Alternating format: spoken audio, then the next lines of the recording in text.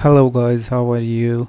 Today I'm gonna let you know how you can check the battery health of your computer or laptop within Windows 8 to Windows 11, and it's a really simple and no software involved. And here you can see the battery is 96% available. You just have to open the command prompt on your laptop and paste this command. I will give you the command in description below, powercfg /battery report, and hit enter, and this will generate a battery report in your username folder.